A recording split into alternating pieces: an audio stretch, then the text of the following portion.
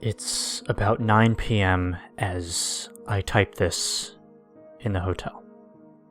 My wife is sitting on the bed with our little girl Angelica, and the skies are lit up with fireworks.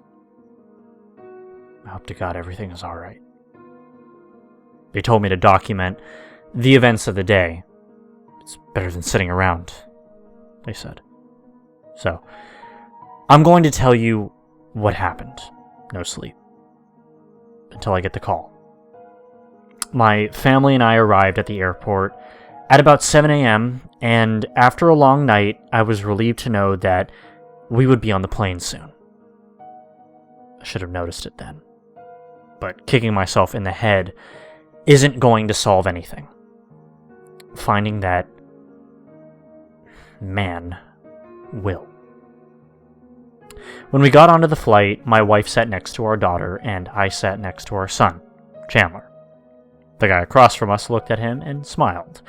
He gurgled back and laughed. How old is he? The old man chuckled. Well, he just turned 4, actually. We're taking him to Disneyworld for his birthday. The plane rumbled, and we fastened our seatbelts.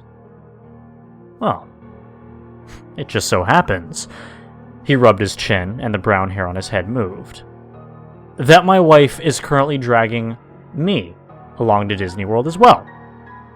The woman next to him slapped him playfully. The name's Darlene. I'm Xavier. And you? I'm Gil. Nice to meet you, Xavier. And with that, the plane shot off to Florida. That's when I had my dream. Someone was speaking to me in a dark room. Usually when I have nightmares like this, I wake up at the first jump scare or gnarly face that pops up. Because they always pop up, and they always scare me. This time, I was strapped down to the floor and I could hear a door open. No light escaped, but the footsteps were loud. Loud like rhinos. The floor started moving, and I was strapped into a chair now. Suddenly a rush of air hit me, and a child's scream flew past my ear. When the air stopped moving, I woke up, and the plane had landed. But the couple was gone, probably because I was the last one there, along with my family, who had been trying to wake me up. I apologized, and we got to Disney World in no time. We hit the water park first, much to Angie's dismay. See, she adores the park characters, and they didn't normally show up there. A crazy chance was that Donald Duck showed up then in swimsuit gear and goggles. Our kids went ecstatic when he asked them if they wanted to go swimming, and we obliged, but I went with them nonetheless. Afterwards, we went to the bathrooms to clean up, and that's when it happened. I came out first, and then I saw Donald Duck come in. I shrugged and laughed. Must have been an emergency. 10 minutes later, my son still hadn't came out. I went into the bathroom and checked all the stalls. They were empty. Every single stall was empty, entirely devoid of people. Jane! I ran outside, hoping my wife had him, but she was sitting outside with just Angie. Where's Chandler? I saw him go into the bathroom. Wasn't he with you? She asked. Wait, who was there with you? How many others were in there? Come to think of it, it was just me and Donald Duck. My face paled. We gotta find him. Now. We ran to the security and asked if they could get a hold of a Donald Duck actor who might have abducted Chandler. We'll contact management. They'll call him through this walkie-talkie.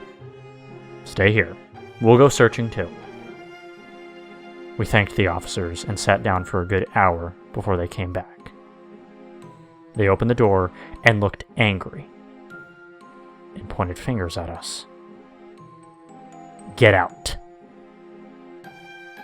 What? Did you find her? You think it's funny to lie about crimes like this? The first officer lifted a clipboard in front of my face It had the names of the characters who clocked in today, and their names, and what time they came. Mickey Mouse, Arnold Hastings, 9 a.m. Minnie Mouse, Emma Poland, 8:54 a.m. Donald Duck, Trevor Poland, away for funeral in Argentina, will not be back for 2 weeks. Alternate Donald Duck, Hillary June, absent. Neither of them showed up today. So unless you want more trouble, I'll ask you to please leave. Edit. I forgot some of the parts of the retelling, and I just can't sleep. It seems that I've typos too. That's kind of weird.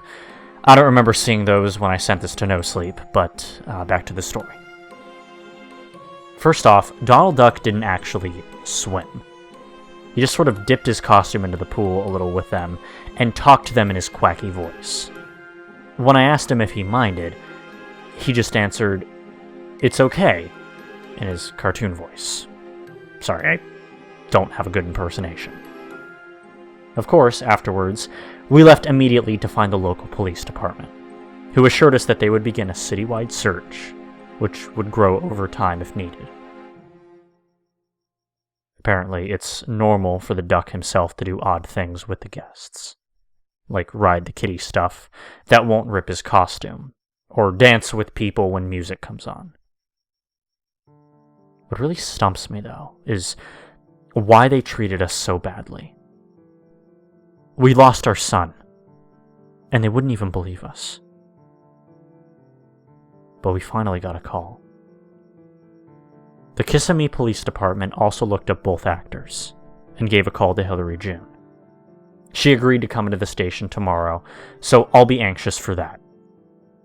The officer on the line also asked what the names were of the park officers, and I told him the name tags said Jones and Carhold.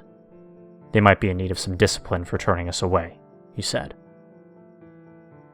We are usually very responsible parents, and I don't know how this could happen. The best I can sleep with is the hope that Hillary June knows something here. There's a knock on the door. Must be the night maids. I should go. Until next time. Edit 2. It's been about another hour since I got a second call from the police department. They contacted Disney World about the case, and they said that this is their first notice of the kidnapping.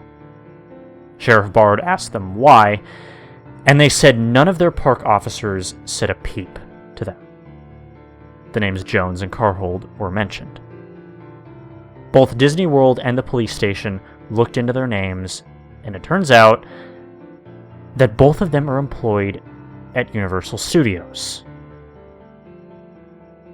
They had quit their jobs at Disney months ago. What's more, their boss could vouch for them.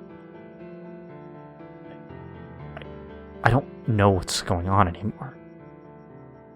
I just want him home. Please, if there is a God, please bring my baby boy home to me.